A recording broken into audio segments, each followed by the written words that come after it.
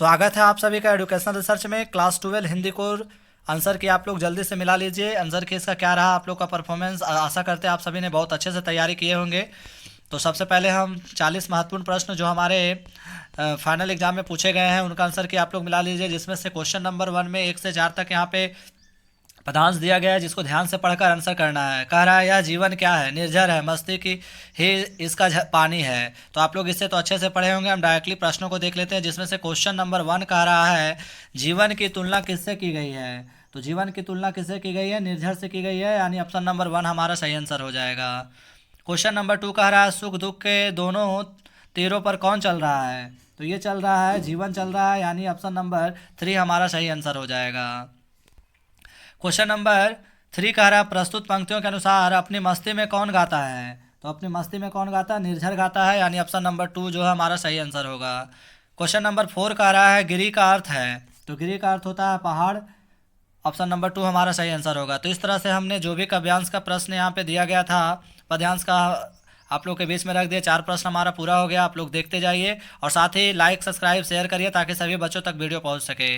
वहीं question number 5 से 8 में यहाँ पे गद्यांश दिया गया है, जिसको पढ़कर आंसर करना था। तो जहाँ कह रहा है प्रकृति माता है, इसकी एक एक प्रक्रिया अनोखी एवं अद्भुत है, इसे केवल जिया जा सकता है, इसके कोई बौद्धिक व्याख्या संभव नहीं है। तो गद्यांश तो आप लोग पढ़े होंगे। यहाँ पे क्वेश्चन क्या कह रहा है थोड़ा देख लेते हैं। क्वेश्चन कह रहा है कि इसकी बौद्धिक व्याख्या संभव नहीं है। तो अभी हमने पढ़े थे प्रकृति माता की व्याख्या संभव नहीं है। वहीं क्वेश्चन नंबर 6 कह रहा है किसके साथ चलने से हमारा विकास होता है।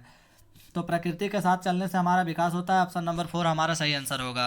क्वेश्चन नंबर 7 कह रहा है मनुष्य किसका दोहन कर रहा है। तो मनुष्य दोहन कर रहा है प्रकृति का, यानी ऑप्शन नंबर 3 हमारा राइट आंसर होगा। क्वेश्चन नंबर 8 कह रहा है वर्तमान समय में मनुष्य प्रकृति के साथ कैसा आचरण कर रहा है। तो मनुष्य क्या उसके विरुद्ध जा रहा है, यानी ऑप्शन नंबर 1 जो हमारा राइट आंसर होगा। अब हम ग्रुप बी में बात कर लेते हैं अभिव्यक्ति और माध्यम में, जिसमें कह रहा है क्वेश्चन नंबर 9 कह रहा है पत्राचार किसकी अभिव्यक्ति का सरल तरीका है। तो ये तरीका है विचारों का, यानी ऑप्शन नंबर 3 जो है हमारा सही आंसर हो जाएगा। क्वेश्चन नंबर 10 कह रहा है औपचारिक पत्र में सर्वप्रथम क्या लिखा जाता है। तो औपचारिक पत्र में लिखा जाता है पत्र भेजने वाले का पता, यानी ऑप्शन नंबर 1 जो है हमारा सही आंसर हो जाएगा। क्वेश्चन नंबर 11 का रहा मुद्रित माध्यमों की सबसे बड़ी विशेषता है। तो मुद्रित माध्यमों की सबसे बड़ी विशेषता है अस्थायित्व की, यानी ऑप्शन नंबर 1 जो है हमारा सही आंसर होगा।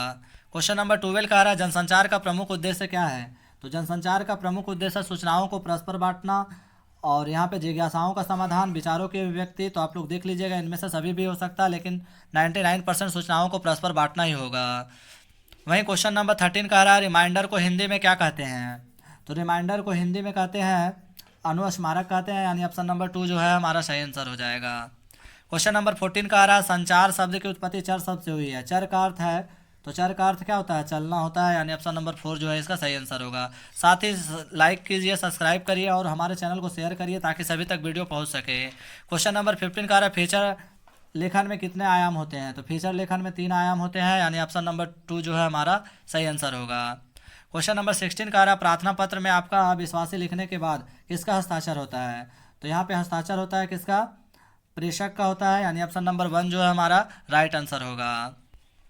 क्वेश्चन नंबर 17 का आ रहा है संपादक को उसके विविध कार्यों में कौन सहायता पहुँचाता है। तो उसको आने की कहने संपादक को विभिन्न कार्यों में जो सहायता पहुँचाता है, राइट आंसर इसका हो जाएगा ऑप्शन नंबर जो है ऑप्शन नंबर 4 यहाँ पे हो जाएगा संयुक्त संपादक। वहीं क्वेश्चन नंबर 18 का वर्तमान पत्रकारिता का स्वरूप क्या है। तो वर्तमान पत्रकारिता का स्वरूप अंतर्राष्ट्रीय है, यानी ऑप्शन नंबर 1 जो है हमारा सही आंसर होगा। अब यहाँ पे समूह सी में दिया गया 19 से 22 तक अभ्यांश दिया गया जो हमारे पाठ्य पुस्तक से है, जहाँ कह रहा नभ में पाती बांधे बंगुला के पंख चुराए लिए जाती है वे मेरी आंखें, कजरारे बादलों की छाई नभ छाया तैरती सांझ की सतेज श्वेत काया, हौले हौले जाते मुझे बांध निज माया से।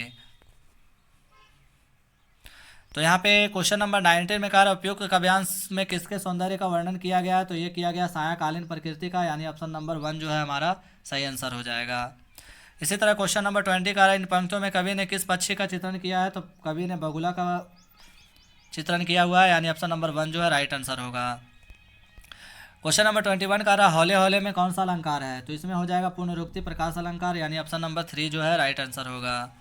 क्वेश्चन नंबर 22 का रहा, नभ में छाए बादल की रंगत कैसी है।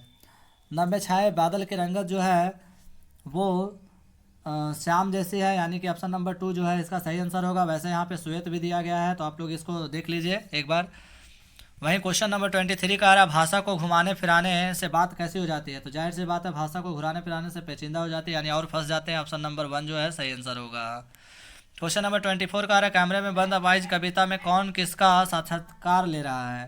तो ये ले रहा पत्रकार जो है विकलांग का ले रहा है, यानी ऑप्शन नंबर 3 जो है इसका सही आंसर हो जाएगा।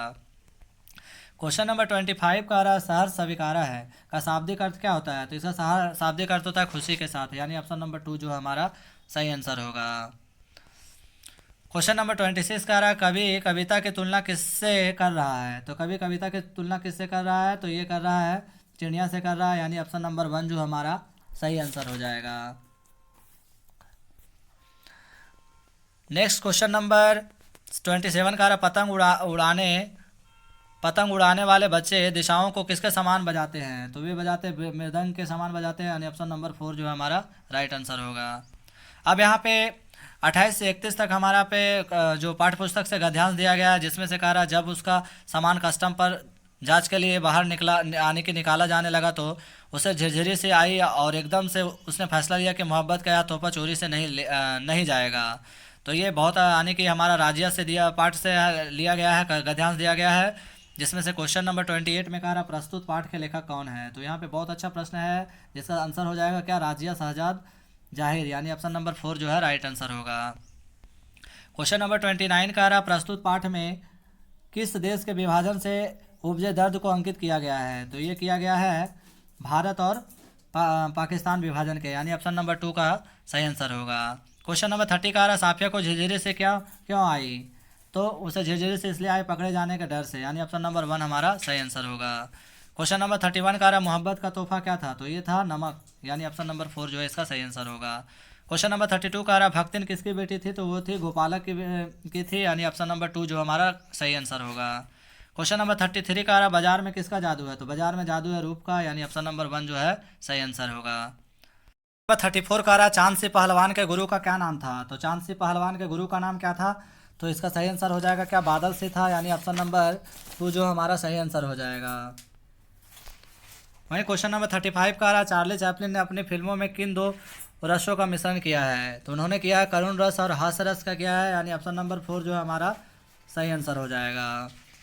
वहीं क्वेश्चन नंबर 36 का रहा, काले मेघा पानी दे में लड़कों की टोली अपने आप को क्या कहकर बुलाते थे। तो बुलाते थे मेढक मंडली, यानी ऑप्शन नंबर 1 जो है हमारा सही आंसर होगा। क्वेश्चन नंबर 37 का रहा, सिल्वर बैडिंग के सुधर पंत किस पद पर थे। तो वे थे सेक्शन ऑफिसर के पद पर, यानी ऑप्शन नंबर 1 जो हमारा सही आंसर होगा। क्वेश्चन नंबर 38 का रहा, जूझ शीर्षक कहानी का लेखक किससे डरता था। तो ये डरता था पिताजी से डरता था, क्योंकि उसके पिताजी पढ़ाई वगैरह सब छुड़वा दिए थे, यानी ऑप्शन नंबर 2 जो हमारा सही आंसर होगा। क्वेश्चन नंबर 39 का रहा, मोहन जोदड़ो हड़प्पा से प्राप्त हुई नर्तकी की मूर्ति किस राष्ट्रीय संग्रहालय में रखी हुई है। तो ये रखी हुई है दिल्ली संग्रहालय में, यानी ऑप्शन नंबर 3 जो हमारा सही आंसर होगा। क्वेश्चन नंबर 40 का रहा, डायरी के पढ़ने की लेखिका एन फ्रैंक ने किसे संबोधित कर डायरी लिखी। तो उन्होंने संबोधित किया था गुड़िया को, यानी कि किट्टी को, ऑप्शन नंबर 4 जो हमारा सही आंसर होगा। तो इस तरह से हमने 40 जो हमारे प्रश्न पूछे गए थे उन सभी का आंसर दिए हैं। आप लोग हमें कमेंट बॉक्स में बताइए आप लोग का क्या स्कोर रहा, और चैनल पर नए हैं सभी लाइक सब्सक्राइब शेयर करिए। धन्यवाद।